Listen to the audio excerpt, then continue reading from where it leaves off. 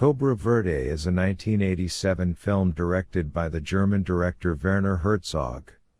It stars Klaus Kinski in his final collaboration with Herzog as the title character, a ruthless slave trader and bandit in 19th-century Brazil. The film is based on the novel The Viceroy of Ueda by Bruce Chatwin, which is loosely based on the real-life story of Francisco Felix de Souza, a Brazilian slave trader. The film opens with a mesmerizing sequence of the capture of a wild horse, as Cobra Verde demonstrates his skills as a horseman. After being dismissed from his position as the chief of the Brazilian slave trade, Cobra Verde is offered a job by a wealthy sugar baron to work on his plantation.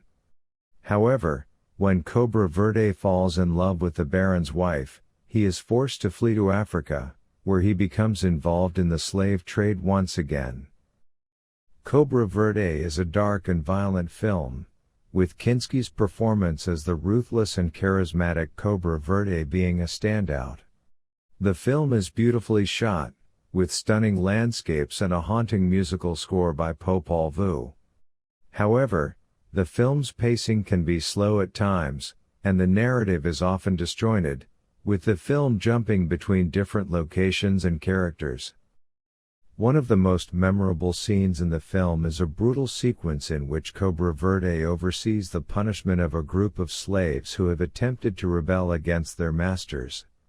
The scene is disturbing and difficult to watch, but it serves as a powerful commentary on the horrors of slavery and the cruelty of those who profited from it. Cobra Verde is set in the 19th century, a period when Brazil was one of the largest slave-holding nations in the world. The film depicts the brutal reality of the slave trade, which was a key driver of Brazil's economy at the time. The transatlantic slave trade brought millions of enslaved Africans to Brazil, where they were forced to work on plantations and in other industries. The film's protagonist, Cobra Verde, is a fictional character, but he is loosely based on the historical figure of Francisco Felix de Souza, a Brazilian slave trader who lived in the 19th century. Like Cobra Verde, de Souza was a powerful and ruthless figure who was involved in the slave trade in Brazil and Africa. The film also touches on the political turmoil of the time. In the film, Cobra Verde is hired by a wealthy sugar baron to help quell a rebellion by African slaves on his plantation.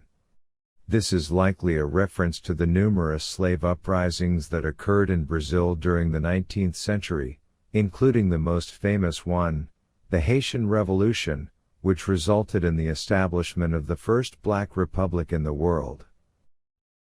Another historical event that is referenced in the film is the arrival of European colonizers in Africa.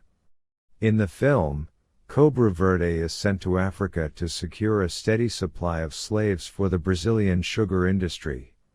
This is a reference to the so-called Scramble for Africa, a period of intense colonization by European powers in the late 19th century, which had devastating consequences for the continent and its people. Overall, Cobra Verde is a challenging and complex film that is not for everyone. It requires patience and a willingness to engage with the film's themes and ideas. However, for those who are willing to put in the effort, Cobra Verde is a rewarding and thought-provoking film that explores the darkest aspects of human nature. Cobra Verde is a film that has been both celebrated and criticized for its challenging subject matter and unconventional storytelling. Here are some of the key challenges and controversies surrounding the film. Depiction of violence and slavery. Cobra Verde is a violent and disturbing film, with scenes of brutal punishment and graphic depictions of the slave trade. Some viewers have criticized the film for its unflinching portrayal of violence and slavery, arguing that it is exploitative or insensitive. Others have praised the film for its honesty and its willingness to confront the dark realities of history. Klaus Kinski, who plays the lead role of Cobra Verde, was known for his intense and sometimes erratic acting style. Some viewers have criticized Kinski's performance in Cobra Verde as over-the-top or distracting, while others praise it as a powerful and memorable portrayal of a complex character.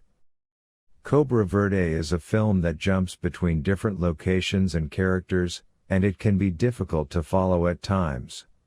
Some viewers have criticized the film's unconventional narrative structure as confusing or disjointed, while others praise it for its bold experimentation. Some critics have accused Werner Herzog, a German filmmaker, of appropriating African culture in Cobra Verde. They argue that the film perpetuates harmful stereotypes about Africa and its people, and that it represents a form of cultural imperialism. Others argue that Herzog's portrayal of Africa is nuanced and respectful, and that the film should be judged on its own merits. One of the most memorable scenes in Cobra Verde is the dance scene, which takes place after Cobra Verde arrives in Africa and is welcomed by a tribe of people who worship him as a god.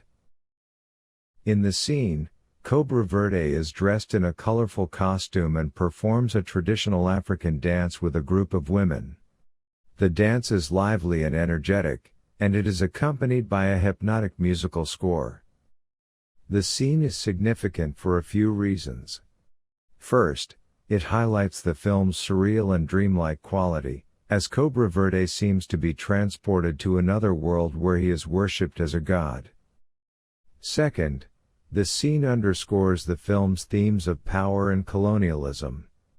Cobra Verde's arrival in Africa represents a shift in power, as he goes from being a slave trader in Brazil to being a godlike figure in Africa. The dance scene is a celebration of this shift in power, as the tribe of people welcome Cobra Verde with open arms. Finally, the scene is notable for its use of color and music. The bright, vivid colors of Cobra Verde's costume and the African landscape contrast with the dark and gritty world of slavery that he left behind in Brazil. The music is also significant, as it reflects the fusion of African and Brazilian cultures that is at the heart of the film's exploration of colonialism and slavery. Overall, the dance scene in Cobra Verde is a visually stunning and thematically rich moment in the film, and it has become one of the most memorable scenes in Werner Herzog's body of work. There is a significant amount of nudity in Cobra Verde, particularly in scenes that depict the brutal realities of the slave trade. These scenes are graphic and disturbing, and they are intended to shock the viewer and underscore the horrors of slavery. For example, there is a scene in which a group of female slaves are forced to strip naked and undergo a humiliating inspection by potential buyers. The scene is graphic and exploitative, and it emphasizes the dehumanizing nature of the slave trade. In another scene, a group of naked slaves are chained together and forced to march across the African desert. The scene is harsh and brutal, and it highlights the inhumanity of the slave trade. There are also several scenes that depict sexual violence, including a scene in which a female slave is raped by a group of men. These scenes are disturbing and difficult to watch, and they serve to underscore the film's exploration of power, violence, and colonialism. It's worth noting that the nudity in Cobra Verde is not gratuitous, but rather serves a purpose in the film's exploration of the brutality of the slave trade. However, the scenes can be challenging for some viewers, and the film is not recommended for those who are sensitive to graphic content.